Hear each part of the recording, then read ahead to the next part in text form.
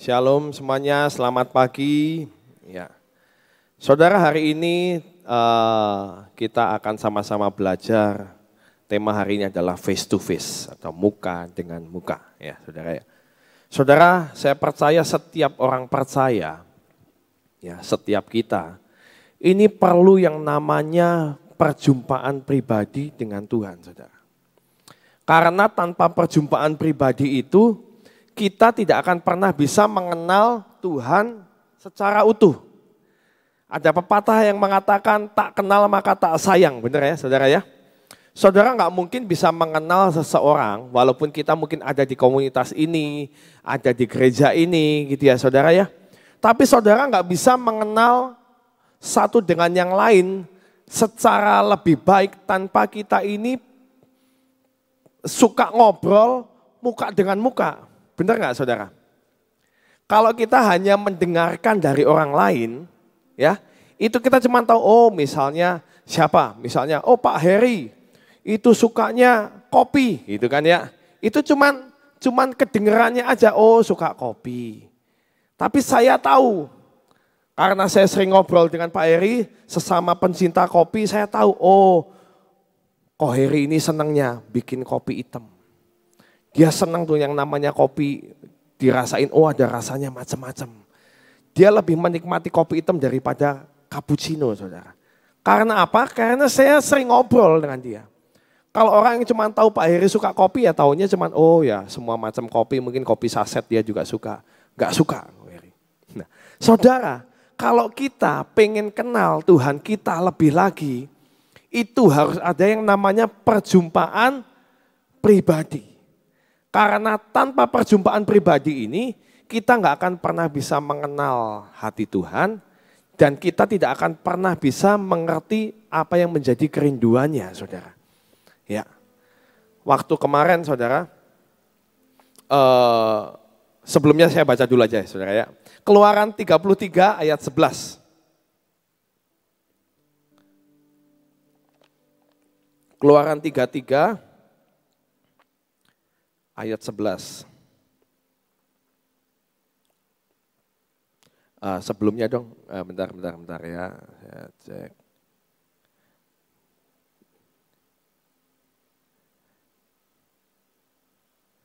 Tiga.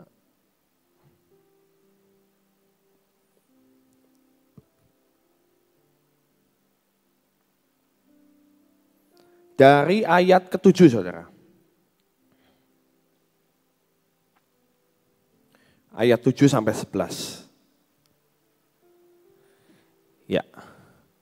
Sesudah itu Musa mengambil kemah dan membentangkannya di luar perkemahan, jauh dari perkemahan, dan menamainya kemah pertemuan. Setiap orang yang mencari Tuhan, keluarlah ia pergi ke kemah pertemuan yang di luar perkemahan. Apabila Musa keluar pergi ke kemah itu, bangunlah seluruh bangsa itu dan berdirilah mereka. Ini bangsa Israel ya saudara ya. Masing-masing di pintu kemahnya, dan mereka mengikuti Musa dengan matanya sampai ia masuk ke dalam kemah. 9. Apabila Musa masuk ke dalam kemah itu, turunlah tiang awan dan berhenti di pintu kemah, dan berbicaralah Tuhan dengan Musa di sana. Ayat ke-10. Setelah seluruh bangsa itu melihat bahwa tiang awan berhenti di pintu kemah, maka mereka bangun dan sujud menyembah masing-masing di pintu kemahnya. Ayat 11. Dan Tuhan berbicara kepada Musa dengan apa? Dengan berhadapan muka, face to face. Seperti seorang yang berbicara kepada temannya. Kemudian kembalilah ia ke perkemahan, tetapi abdinya Yosua bin Nun, seorang yang masih muda, tidaklah meninggalkan kemah itu. Saudara, bangsa Israel saat dipimpin oleh Musa keluar dari Mesir, saudara, ada yang namanya kemah pertemuan. Jadi saat bangsa Israel ini berhenti di sebuah tempat, selalu ada yang namanya kemah pertemuan. Kemah pertemuan ini adalah kemah pertemuan Tuhan dengan Musa, saudara. Yang ketemu muka dengan muka dikatakan di sini adalah siapa? Musa dengan Tuhan. Bangsa Israel tidak pernah dicatat apakah itu boleh semua orang untuk datang ke tempat itu untuk berdoa dengan Tuhan. Itu tidak diketahui secara pasti, saudara. Tapi yang pasti Musa dengan Tuhan face to face di tempat itu. Selalu ketemu. Tapi yang lainnya kalau saudara lihat di ayat sebelumnya, saat Musa masuk ke kemah pertemuan, bangsa Israel itu hanya melihat. Hanya nonton, berdiri di pintu kemahnya, bersujud. Artinya apa? Mereka tidak ketemu muka dengan Tuhan. Mereka hanya menantikan, Musa, Tuhan ngomong apa hari ini? Gitu. Nanti Musa ngomong begini, nih kamu harus makan ya yang namanya mana ya, kita akan diberikan mana setiap pagi. Tapi kamu ngambilnya secukupnya, karena itu Tuhan yang ngomong sendiri, besok pasti ada lagi. Tapi saudara, yang namanya orang gak ketemu muka dengan muka, hanya kata orang. Saudara. Bangsa Israel setelah mendengar, sudah melihat Musa berhadapan muka dengan Tuhan, dan mendengar perintah dari Musa, besok ngambil mananya itu secukupnya saja. Tetap aja kan saudara, kalau kita lihat di sini, banyak orang yang meragukan, benar nggak ya? Ini omongannya Tuhan apa omongannya Musa ya? Jangan-jangan cuma omongannya Musa, adanya makanan cuma hari ini. Aduh, ambil aja yang banyak buat besok siapa tahu hari Minggu Tuhan nggak ngasih hari besoknya Tuhan gak ngasih makan. Kita sudah punya persediaan. Akhirnya busuk. Ya saudara. Itu karena apa? Karena kita tidak mendengar Tuhan, perintah Tuhan secara langsung. Kalau kita tidak pernah mendengar secara langsung, itu yang namanya kita ini menjadi seperti orang Israel. Seringkali kita ini tidak pernah bisa taat dengan perintah Tuhan. Orang yang mendengar langsung aja belum tentu mau melakukannya, saudara. Apalagi kalau cuma dengar dari orang. Kita nggak tahu itu hoax atau bukan. Ya. Perlu yang namanya hari-hari ini, iman kita ini mulai dikatrol, saudara. Pengikutan kita sama Tuhan, jangan seperti bangsa Israel mengikuti Tuhan, tapi belajar seperti pribadi Musa mengikuti Tuhan. Ketemu muka dengan muka. Sehingga kita bisa mengerjakan segala sesuatu dengan kuat. Jangan menjadi orang kebanyakan, saudara. Ya. Seorang yang sakit pendarahan, kalau dia tidak bisa lepas dari yang namanya crowd atau orang banyak itu, dan tidak bisa menerobos dengan kuat sampai dia bertemu pribadi dengan Tuhan, wanita ini tidak akan pernah bisa menerima yang namanya mujizat. Kalau kita cuma ngikut Tuhan, ikut yuk bareng-bareng ikut Tuhan. Karena rame, di tempat ini rame, seru.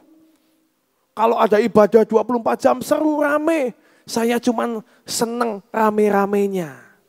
Saya senang kalau 24 jam itu kangen, bisa makan bareng, bisa ngobrol di bawah gitu ya. Aduh, seneng. Nah saudara, itu yang namanya crowd. Itu yang namanya orang kebanyakan. Kita tidak menantikan perjumpaan pribadi dengan Tuhan, tapi kita cuma pengen ketemu dengan orang-orang. Ada yang ketemu pergi ke gereja, kamu kok rajin banget pergi ke gereja, gak pernah telat, iya. Soalnya saya itu seneng kalau ke gereja ini ya. Saya nanti ketemu sama teman-teman. Teman-teman saya udah nungguin. Pakai bajunya seragaman, samaan. Ini loh baju baru. Pengen ketemu, gak boleh telat. Soalnya apa? Soalnya sebelum itu mau foto dulu sama hamba Tuhannya.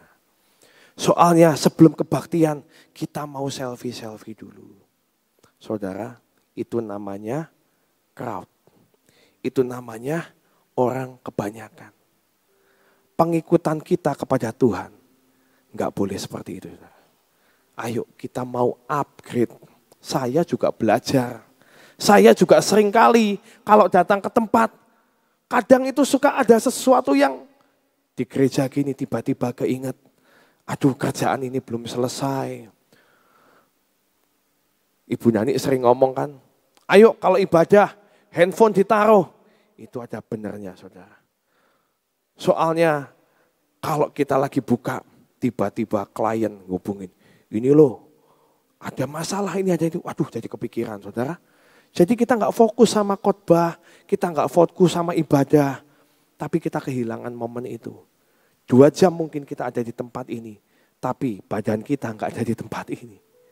Pikiran kita melayang-layang. Ayo belajar. Hari ini kalau engkau datang ke tempat ini. Engkau datang ke sebuah ibadah. Datang cari Tuhan. Jangan cari hamba Tuhan. Jangan cari teman-teman yang asik. Tapi cari Tuhan. Karena itu yang akan membuat kita bertumbuh dan berbuah. Saudara, kemarin kita hari Jumat kemarin, kita sama-sama nonton saudara. Nonton di bioskop film Tuhan Yesus, Last Supper saudara. Rame-rame saudara, hampir satu gedung itu orang kita semua saudara. Waduh, apa yang diambil dari pelajaran dari sini ya? Di cerita itu sebenarnya yang di film ini sebenarnya yang difokuskan itu sebenarnya murid tentang Yudas dan Petrus saudara. Murid Tuhan Yesus ada 12 saudara. Tapi yang disorot di tempat itu adalah ada 2 orang pribadi. Yaitu Yudas dan Petrus. Yudas dan Petrus ini adalah orang yang menonjol. Karena ceritanya itu Petrus itu di situ diceritakan dia ini adalah orang yang berani banget ngomong, mengkonfront orang dan lain sebagainya. Dia ini adalah orang yang sangat mengasihi Yesus, dia sangat pengen melindungi gurunya, saudara. Karena dia kenal dan dia sayang dengan Yesus. Sedangkan Yudas, dia ini mengikut Yesus dengan sebuah motivasi, saudara. Yudas ini adalah seorang bukan nelayan, saudara. Dia diangkat menjadi bendahara. Artinya dia ini adalah seorang yang pengusaha atau apapun itulah, saudara. Orang pintar, saudara. Dan dia ini mengikut Yesus. Di situ dikatakan setelah Tuhan Yesus memecah-mecahkan 5 roti dan 2 ikan. Yudas datang dengan temannya, politikus. Dan dia punya agenda. Yesus, engkau ini kan bisa menggiring atau membawa akan orang banyak. Kamu ini mempunyai kesempatan untuk menjadi raja. Ini adalah kesempatan engkau bisa menjadi raja. Yudas juga, iya ini waktunya engkau bisa menjadi raja. Karena kalau Yesus menjadi raja, Yudas pengennya dia itu jadi apa? Paling enggak itu jadi menteri, saudara. Dapat kedudukan. Itu adalah apa yang ada di hati Yudas dalam pengikutannya kepada Tuhan. Dia mengikut Tuhan karena dia pengen Yesus jadi raja dan dia punya kedudukan. Bukan seorang murid yang hanya pengen mengerti dan belajar dari ajaran Yesus. Tapi dia punya agenda sendiri, saudara. Dan kita lihat akhirnya, saudara. Yudas bisa mengkhianati Yesus.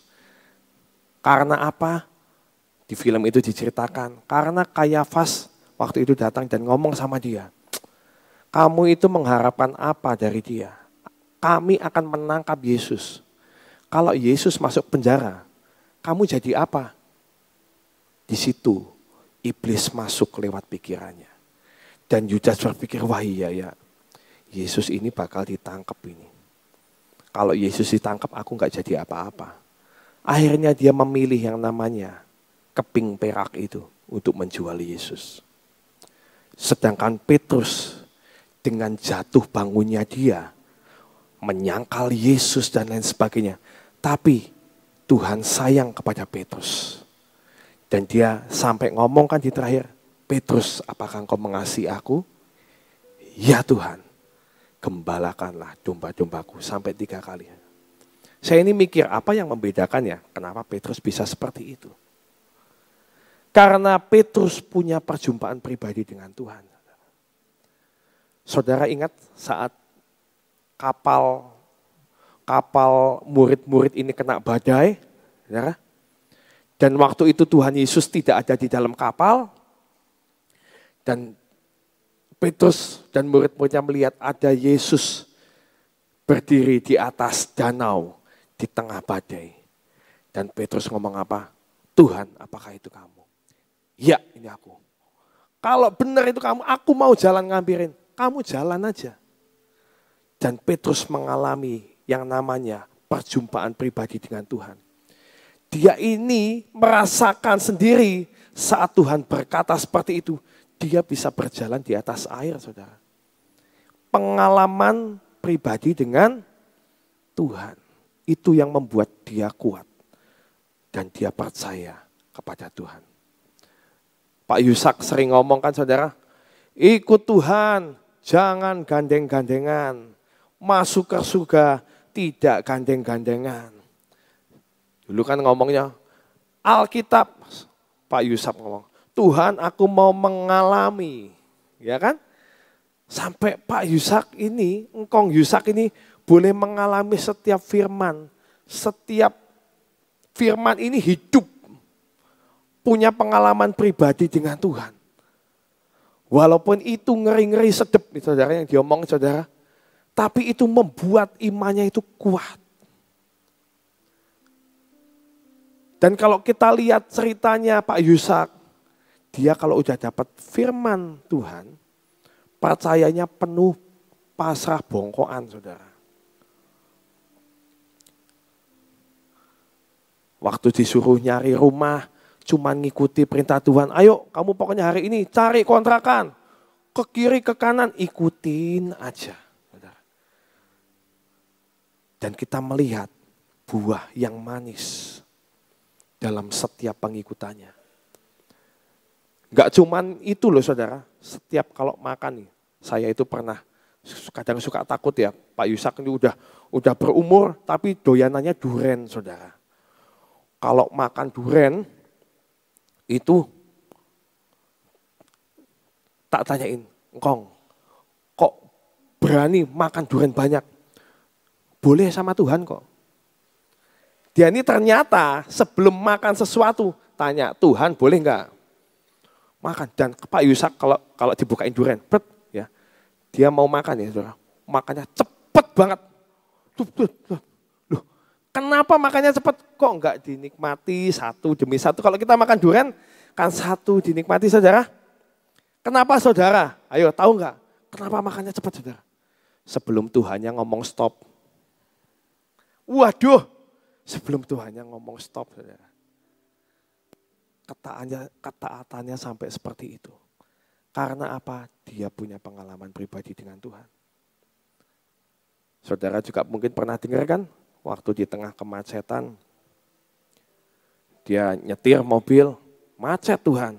Sebelah kiri kan nggak boleh, saudara, buat lewat. Ambil jalan kiri, Roh Kudus ngomong. Terus ada polisi. Ambil kiri, lurus terus. 12 terus saudara, gak ketemu polisi saudara. Dan dia dilancarkan perjalanannya. Ini pengalaman pribadi dengan Tuhan. Gak bisa ditiru saudara. Saudara mau niru, gak bisa ketangkap polisi saudara. Saudara pengen, wah saya juga pengen makan durian banyak-banyak. Walaupun sudah umur, jangan gitu saudara. Kalau gak disuruh, gak punya kepekaan, jangan ikut-ikutan. Petrus punya pengalaman, makanya dia punya dan pengikutan kepada Tuhan. Walaupun mengalami yang namanya jatuh bangun. Tapi akhirnya endingnya tetap kuat di dalam Tuhan. Saudara, itu saudara, perlunya face to face. Contoh perjumpaan pribadi dengan Tuhan. Musa tadi saudara, ketemu dengan Tuhan. Tapi ada perjumpaan itu bisa mengubahkan seseorang saudara. Kenapa kita perlu berjumpa dengan Tuhan? Karena perjumpaan itu bisa mengubahkan hidup seseorang. Musa ini saat ketemu dengan Tuhan face to face sekali lagi di semak yang kebakar itu saudara. Itu posisi Musa itu sebagai apa sih saudara? Musa itu sebagai buronan, dia adalah seorang yang minder, orang yang sedang ketakutan, orang yang gak ngerti hidupnya itu mau apa. Sampai cuman dari seorang istilahnya anak angkat raja, dia cuman menggembalakan domba. Dan dia tidak tahu kenapa Tuhan pernah menjadikan dia menjadi anak raja. Dia tidak pernah tahu dan tidak pernah pengen tahu karena belum ada perjumpaan pribadi. Tapi waktu dia ketemu dengan Tuhan, face to face Tuhan ngomong dan kuatkan lagi destiny Musa dalam hidupnya. Kamu akan aku pakai menjadi apa? Penyelamat yang membawa keluar bangsa Israel, keluar dari Mesir. Dari seorang pecundang, dari seorang buronan saudara. Musa waktu itu bangkit. Dia diangkat oleh Tuhan. Dia memenuhi setiap destiny yang sempurna atas hidupnya. Dan dia dipakai oleh Tuhan membebaskan bangsa Israel. Melakukan banyak mujizat. Lagu tadi kita nyanyi, bukan kehendakku Tuhan. Tapi kehendakmu yang jadi. Itu udah paling enak saudara. Kalau saudara bisa doa, ketemu, perjumpaan pribadi Tuhan sama Tuhan. Mungkin Tuhan berbicara sesuatu kepada saudara, tapi itu mungkin di luar kemampuan atau nalar saudara. Tapi belajar berkata, bukan kehendakku Tuhan, tapi kehendakmu. Saya itu senang banget sama lagu ini saudara. Tiap kali saya baca liriknya dalam banget saudara. Pak Daniel waktu itu dapat firman ini pasti waduh, dapat revelation yang dari Tuhan. Dan benar banget, kita ini gak bisa hidup di luar Tuhan. Tanpa Tuhan kita gak bisa apa-apa.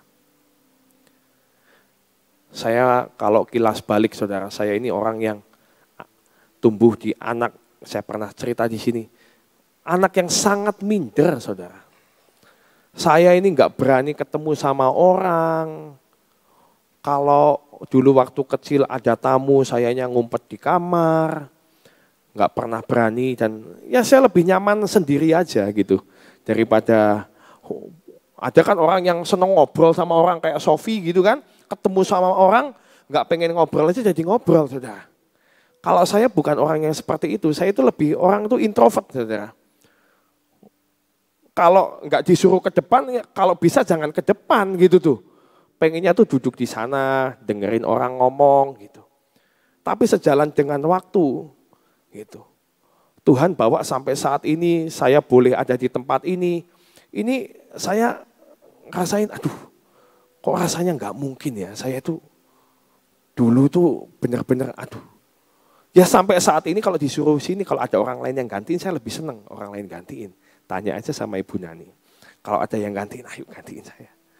Khotbah di sini, senang saya. Amos kemarinnya Amos mau ujian, apa harus mengumpulkan tugas, harus khotbah. Amos, ayo kamu gantiin saya. Saya lebih senang seperti itu saudara. Tapi belajar apapun yang Tuhan percayakan dalam hidup kita. Kita berkata bukan kehendakku, tapi kehendakmu Tuhan yang jadi.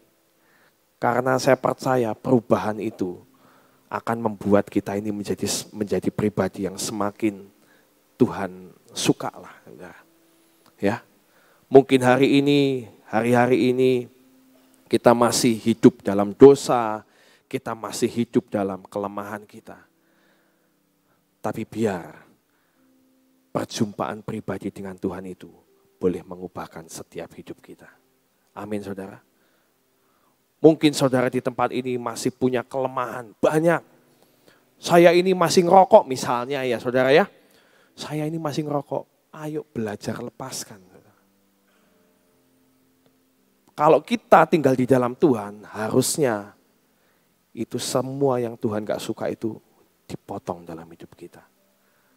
Masalahnya kita rela atau enggak.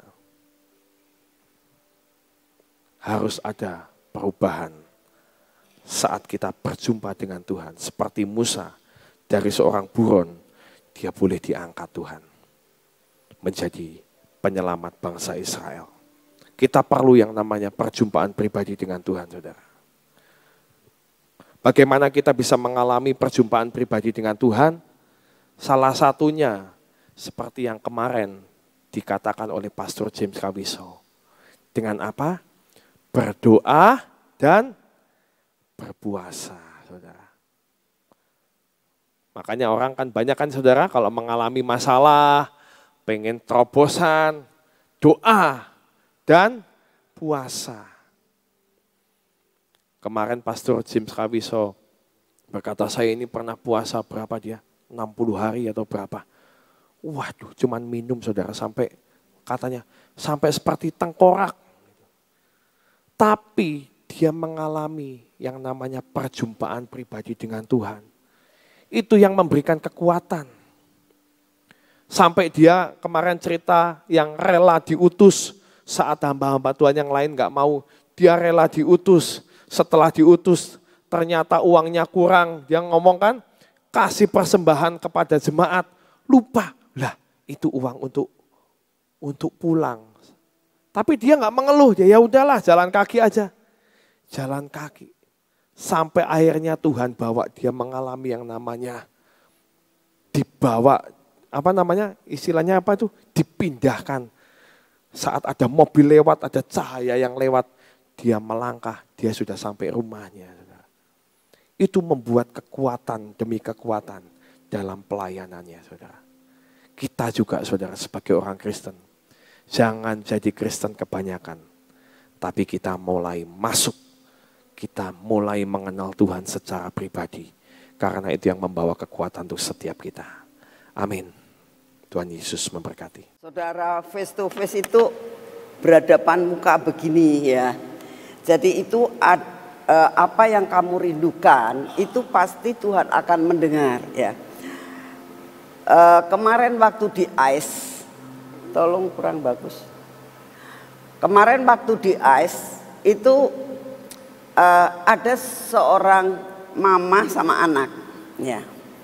Ketemu di saya saat mau pulang gitu loh. Jadi lagi rame-ramenya dan salah satunya dia lagi ngedorong mamahnya yang ada yang pakai kursi roda. Ya. Terus ketemu sama saya, dia bilang, "Hai Bu Nani," gitu. Terus dia berhenti, karena dia berhenti sayanya ikut berhenti gitu. Tak pikir saya tuh nggak kenal sama dia, nggak kenal sama sekali, nggak kenal. Tapi begitu dia itu, karena dia nyapa saya kan harus ada respon gitu. Terus saya ngulurkan tangan. Nah, terus tangan saya nggak dilepas-lepas, saudara. Dipegangin terus dicium. Lah, siki ada apa gitu? Apa yang membuat dia sampai suatu ada inciting seperti itu gitu loh. Saya nggak ngerti.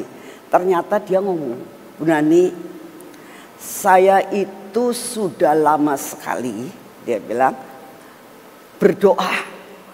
Tuhan, aku tuh pengen ketemu Ibu Nani. Kepengen berjabatan tangan sama Ibu Nani. Tapi kayaknya nggak mungkin." Nah, dia itu orang Batra lama ternyata. Ya, setiap kali Batra dia bilang, dia sering kali ikut Batra waktu sering kali ada di Holy ya. Setiap kali ada acara Batra dia datang. Tapi ngelihat saya itu hanya di panggung. Nah, sesudah itu kan terus nggak ketemu ya. Nanti ketemu lagi ya saat saya khotbah di panggung. Dan karena dia orang luar kota, dia nggak pernah datang ke Cirebon ya. Jadi dia bilang, "Saya itu cuman paling setahun 2 kali Sampai saya tuh berdoa, Tuhan, aku tuh kepengen ketemu sama Ibu Nani, kepengen bersalaman sama Ibu Nani. Nah, dia bilang, hari ini Tuhan jawab doa saya. Itu bertahun-tahun dia bilang, hari ini Tuhan jawab doa saya. Saya tadi lihat Ibu Nani di panggung. Ya. Saya cuma bilang, lihat lagi di panggung. Kapan sih aku tuh bisa ketemu? Nah. Lalu akhirnya ya saya juga nggak tahu bisa ketemu. Pas mau pulang, pas di pintu keluar ada dia itu. Jadi tangan saya itu dipegangin terus. Saya sampai bilang begini, Tuhan, kayaknya seperti itu. Kalau kita rindu untuk ketemu Tuhan, ya. Mungkin kok lama sekali ya aku nggak ketemu. Suatu saat Tuhan akan datang dan kita bisa face to face. Percaya manusia aja pengen ketemu saya, ya. Waktunya tiba bisa ketemu. Apalagi kita ketemu Tuhan. Tuhan tidak dibatasi dengan waktu. Tuhan tidak dibatasi dengan kapan kita ketemu. Tapi Tuhan itu setiap saat, kalau kita benar-benar mengejar Tuhan, dimanapun juga, dalam keadaan apapun juga, Tuhan bisa ketemu kita. Kita bisa face to face dengan Tuhan. Amin. Yuk kita berdoa. Bapak, terima kasih buat apa yang Kau berikan kepada kami pada pagi hari ini. Terima kasih ya Tuhan. Kami pasti kalau kami rindu untuk ketemu Engkau, berpengalaman dengan Engkau, Engkau pasti datang. Engkau pasti menemuin kami. Karena kami tahu Tuhan, Engkau Bapa yang sangat mengerti. Tidak seperti manusia. Seperti orang tadi yang pengen ketemu hambamu. Hamba tidak mengerti kalau orang itu pengen ketemu. Tapi hanya sepihak. Tetapi Engkau adalah Bapa yang sangat mengerti kehidupan kami. Kerinduan kami Engkau tahu Tuhan. Saat kami mencari Engkau, kami akan mendapatkan. Oleh karena itu berikan kepada kami pagi hari ini Tuhan. Roh kerinduan yang tidak dapat terbendung Tuhan. Terus kami punya kerinduan untuk ketemu dengan Engkau. Maka kami sangat percaya Engkau akan menemuin kami. Terima kasih untuk kasih setiamu. Terima kasih ya Tuhan, Engkau sungguh baik atas hidup kami. Terima kasih untuk semuanya. Bapa, saat ini kami datang di hadapan-Mu. Kami minta anugerah-Mu turun sepanjang seminggu ini, sekalipun kami tidak dapat datang ke tempat ini, tapi Engkau memberikan secara streaming Tuhan. Tetap kami dapat beribadah dengan Engkau setiap hari. Mohon anugerah-Mu.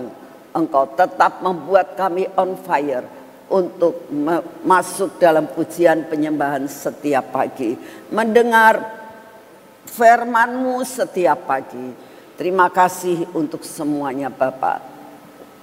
Saat ini kami datang di hadapan-Mu ya Tuhan. Kami mau menyerahkan akan hari-hari di hadapan kami ke dalam tangan-Mu. Buat kami tetap berhubung dengan Engkau. Apapun yang kami kerjakan, apapun yang harus kami kemanapun kami pergi, ingatkan Tuhan, kami mau tetap berhubung dengan Engkau. Dan kami mau Tuhan tetap on position. Terima kasih untuk semuanya. Bapak, kami berdoa saat ini untuk keadaan yang saat ini ada. Engkau tahu Tuhan, bencana-bencana alam terjadi. Engkau tahu dengan adanya gempa bumi di mana-mana, banjir di mana-mana Tuhan, longsor di mana-mana. Bapak, kami minta anugerah-Mu, Engkau yang bertindak Tuhan. Engkau yang berdaulat atas bangsa dan negara kami. Engkau berdaulat atas kota ini ya Tuhan. Kami minta di dalam nama-Mu, Berdaulatlah Tuhan, lindungi, Engkaulah tempat perlindungan kami, kubu pertahanan kami. Engkau jangan tinggalkan akan bangsa ini dan keluarga kami masing-masing. Terima kasih untuk semuanya Bapak. Engkau yang akan membuat segala sesuatu indah dalam hidup kami, dalam keluarga kami, buat negara kami. Pada saat ini kami tetap berdoa untuk Bapak Presiden kami, Wakil Presiden, semua kabinet, dan semua staf menteri semuanya Tuhan. Dan juga pemimpin-pemimpin daerah dari bawah sampai yang paling tertinggi. Kami doakan supaya mereka takut kepadamu Tuhan. Kalau mau melakukan segala sesuatu buat mereka, lakukan demi kepentingan rakyat. Kami sangat merindukan Tuhan. Negara ini menjadi negara yang benar-benar menjadi contoh, percontohan buat bangsa-bangsa lain. Kami doakan saat ini untuk orang-orang oknum-oknum Tuhan yang merasa tidak puas di dalam segala sesuatu sehingga memprovokasi orang-orang sehingga membuat demo-demo dan roh ketidakpuasan menguasai mereka. Kami berdoa Tuhan, karena mereka tidak mengerti apa yang mereka perbuat. Mereka ingin menghancurkan akan bangsa ini tanpa dia sadari. Tuhan, kami berdoa saat ini buat mereka mengerti. Beri roh kesadaran Tuhan. Untuk apa yang mereka lakukan akan membuat pengrusakan itu. Akan membuat menghancurkan negara. Tuhan, kami hanya minta anugerah-Mu turun. Engkau yang sanggup untuk membuat damai sejahtera dan ketentraman buat bangsa dan negara kami ini. Terima kasih untuk kasih setia-Mu. Bapak, kami juga berdoa untuk lawatan Tuhan. Buat lawatan untuk kota ini. Buat lawatan untuk pulau-pulau. Buat lawatan untuk negara-negara. Biarlah saat-saat ini banyak kami yang akan keluar Tuhan untuk membuat lawatan. Kami percaya Kau sediakan segala sesuatu sehingga lawatan sampai ke ujung bumi. Kami tetap berdoa untuk pelayanan yang saat ini akan diadakan untuk Uganda dan juga untuk pulau-pulau yang lain. Kami minta anugerah-Mu turun. Persiapan dengan persiapan yang saat ini kami lakukan. Terutama persiapan rohani Tuhan. Buat kami dapat menjadi berkat di sana. Engkau akan kirimkan malaikat-Mu untuk melakukan perkara-perkara yang ajaib di Uganda. Terima kasih untuk kasih setia-Mu ya Bapak. Kami percaya Engkau akan cukupkan akan segala suatu kebutuhan yang kami perlukan. Terima kasih Bapak, terima kasih Tuhan Yesus, terima kasih Tuhan Roh Kudus. Bapak, kami menyerahkan hari ini ke dalam tangan-Mu. Beri kekuatan, beri kesehatan buat kami untuk dapat menjalankan akan semua yang Kau anugerahkan dan menjadi tugas dan kewajiban kami. Terima kasih untuk semuanya. Di dalam nama Tuhan Yesus. Mari kita masuk dalam pengurapan.